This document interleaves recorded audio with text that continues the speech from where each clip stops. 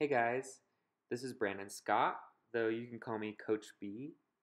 In this video, I'm going to be giving you examples of the 6 categories of skills you need to DM to my coaching Instagram at Coach Brandon Scott in order to become a follower.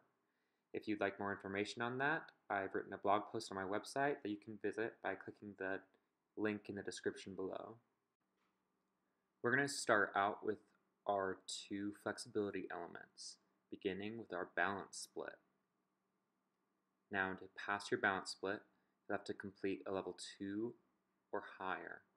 Level 2 is what I call this triple wrap balance split. I'm looking for nice straight legs, pointed toes, of course, a flat split, so 180 degrees or deeper, and a 10-second hold. So give me a nice, slow 10-second count on that balance for me. Now you're going to see the balance split at a different angle. I do want to see a front split, either left or right.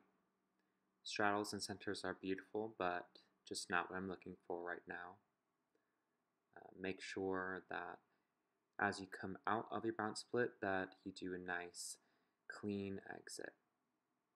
If you haven't practiced balance splits very much before, I'm going to give you some tips on where to begin. Right here, this is what I refer to as a level 1 balance split in the double stag position. This begins from a triple wrap as well, but knees and heels are stacked right underneath the silks. You're going to want to keep your feet flexed while you are practicing this level 1 balance split. As you start to work on your higher level balance splits, this clip is to remind you that it is unnecessary to train them high off the ground to begin. On the contrary, I would recommend that you practice your balance splits low enough that you feel comfortable even purposefully falling onto the mat beneath you.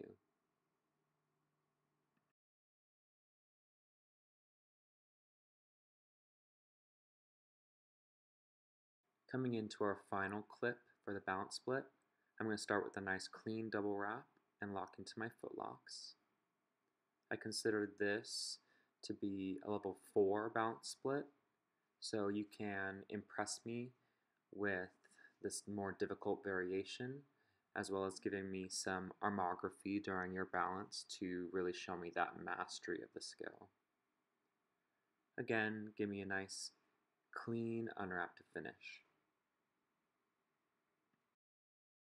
For our second flexibility element, we will be doing a scorpion.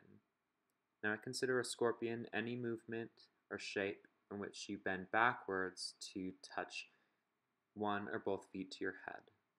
I'll be demonstrating a variation from Hipkey as an example, and I do want you to give me a spin in whatever version you do so that I can see some different angles. I'm going to be using that tail to help assist in getting that foot to my head. That is totally cool. I just want to see at least one toe reach the head in order to pass the skill. Now, if scorpion isn't part of your regular practice, this is a great way to start to incorporate it into like your regular warm-up. I'm just on top of a hammock knot, and again I'm using that tail to assist in pulling my leg down towards my head in that back bend. The hammock knot is a great tool and easy switch so that we can train both sides equally in the scorpion. This is just to help you train. I will not be accepting a scorpion from hammock knot for completion of this skill.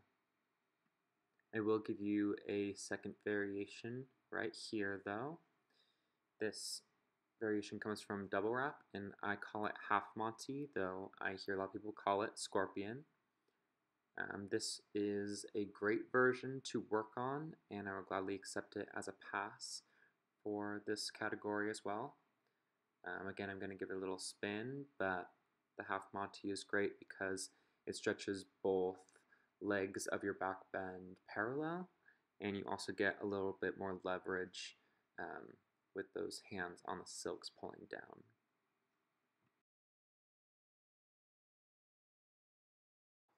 Finishing up here on our scorpion, I'm going to be demonstrating that first variation I showed you again, but with some fancy elements thrown in.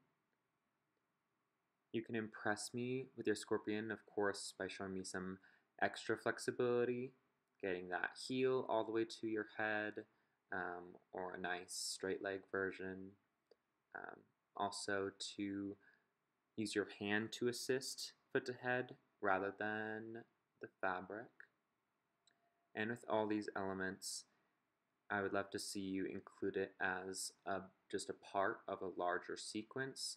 That'll make it a lot more interesting for me to watch and make you stand out from the crowd.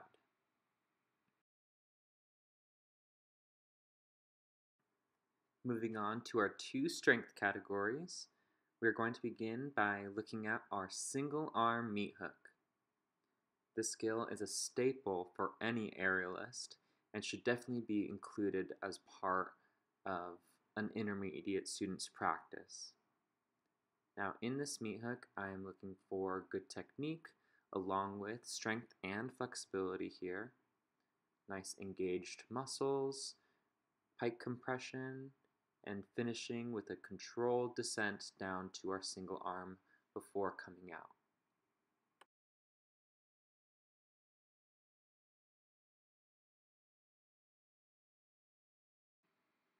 Just to begin, I'd like to give you my favorite wrist lock that you can use for your meat hook practice. I definitely find this to be the most comfortable wrist lock as well as the safest for single arm work. Now here's a different angle. We bring that arm around and up, but do not grab onto the pole. We lift the tail over the top of the wrist and grab back onto the knot that you've made over your hand. I'd recommend that you continue to practice this until you can do it cleanly with just the single arm, in and out. The trick of this is to keep the elbow nice and high as you bring that hand underneath the tail both ways. Now, utilizing that wrist lock on one arm, as well as a double wrap on our other arm, I'm going to be going through some meat hook TikToks.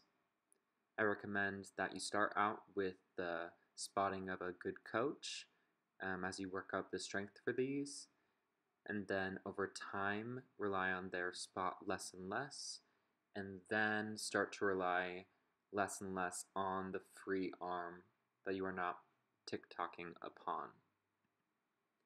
I'm going to be switching to a backside view.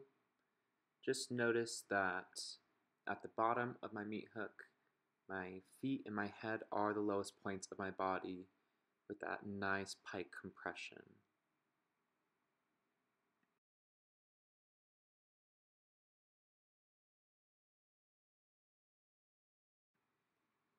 To finish up with this meat hook section, I'll have you climb back up into your fabric when you're ready and give me a wrist lock on that one arm. I'm going to show you the single-handed version. You can see that helps me keep my stability before I go into my elements. You can really impress me with this section by giving me a full sequence and adding your meat hook as a skill within that sequence as we did with Scorpion. Again, I'd like to see a nice controlled descent down to single arm, and then before you leave, give me a few shapes here, and then find that fabric to wrap your feet, and then unlock your wrist.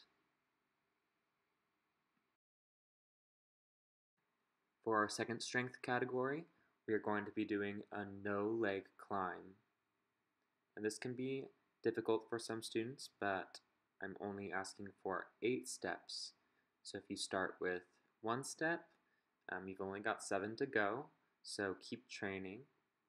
I want to see legs nice and straight, pointed toes, and feet above hip level, plus a full descent back to the floor. If no leg climbs aren't currently in your skill range, here's a drill that I like to do with some of my students. And we do a nice low footlock towards the floor, cross the legs, and then climb up that free silk to a stand. I'm going to go through the descent and then give it another rep.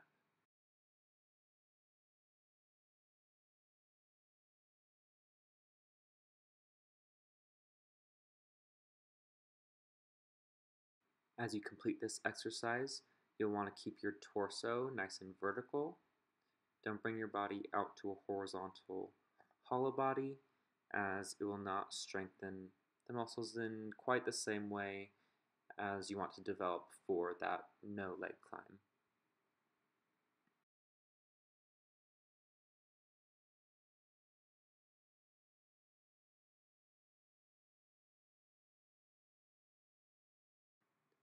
Another way to condition for no leg climbs is to practice your negatives. So you'll start by coming to a nice bent arm hang and then slowly stepping your way down until you're sitting on the mat. As you become stronger, you can climb up a little bit higher and give yourself a few more steps before you hit the floor.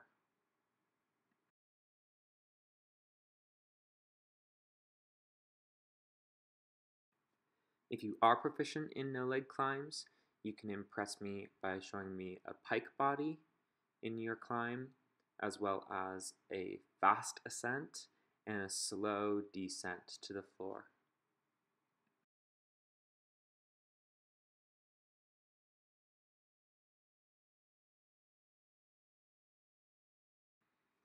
Coming to our final two categories, this really is your chance to have some fun and show me your creativity. For your fifth element, I'll have you perform your very favorite drop for me. You can choose any drop that you like. I just ask that you show me something multi-rotational. So think double star or something like my favorite drop, the double salto. I want to see great body position and nice fluid exit out of your final drop position. To finish up, for our very last video, I'm going to have you show me 1 minute of your very own choreography. You can choose any piece of music that you like, any sequencing that you like. I just want to see how you pair that movement with the rhythm of the music and the attitude and expression. And with that, we're all done. If you're still having trouble with one or more of these 6 categories, any aerial coach should be able to give you progressions towards further mastery. When you're ready, DM a video of each of these 6 elements to my new Instagram, Coach Brandon Scott, and upon completion, you'll gain access to the material there, as well as virtual coaching from yours truly. Thank you so much for being a student of mine, and I'll see you in the air. Bye, guys.